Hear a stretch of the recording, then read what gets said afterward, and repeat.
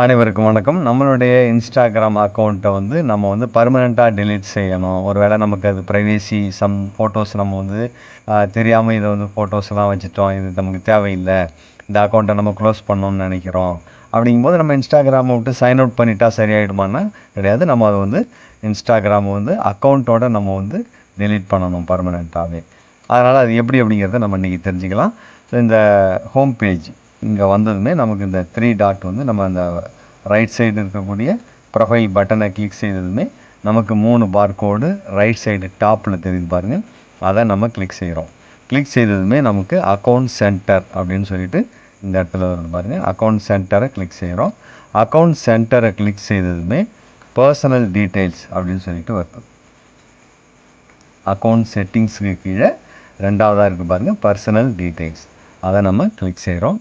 Click செய்ததுமே இந்த இடத்துல நம்மளுடைய மெயில் ஐடி அல்லது பர்த் டேட், இந்த இடத்துல கான்டாக்ட் இன்ஃபர்மேஷன், பர்த்டே, அப்புறம் அக்கௌண்ட் ஓனர்ஷிப் அண்ட் கண்ட்ரோல், அந்த மூணாவதாக இருக்கக்கூடிய அக்கௌண்ட் ஓனர்ஷிப் அண்ட் கண்ட்ரோல் அதை கிளிக் செய்கிறோம்.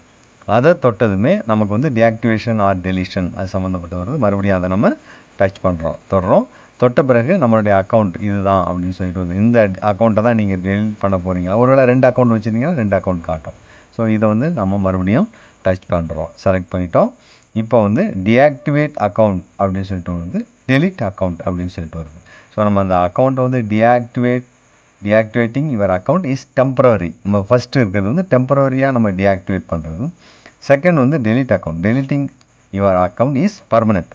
ஸோ பர்மனெண்ட்டாக என்னுடைய அக்கௌண்ட்டை டெலிட் பண்ண எனக்கு வேண்டாம், நான் இன்ஸ்டாகிராமில் நான் வீடியோ ஃபோட்டோஸ்லாம் ஷேர் பண்ணல, இதெல்லாம் போகல அப்படின்னு சொன்னால் நம்ம இதை கொடுத்துட்டு நம்ம பர்மனெண்ட்டாக டெலிட் பண்ணுறதுக்கு கண்டினியூ கொடுக்குறோம்.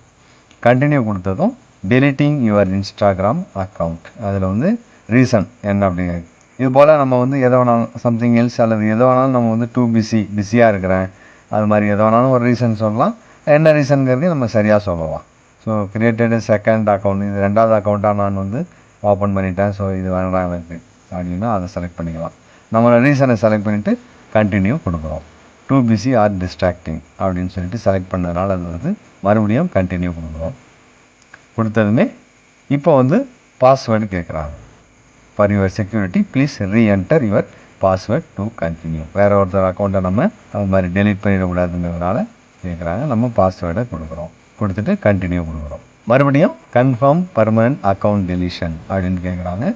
ஸோ பாஸ்வேர்டை கொடுத்த பிறகும் கன்ஃபார்மாக நீங்கள் டெலிட் பண்ணுறீங்களான்னு கேட்குறாங்க. டெலிட் அக்கௌண்ட் கொடுத்துட்டோம், அக்கௌண்ட் டெலிட் ஆகிட்டு.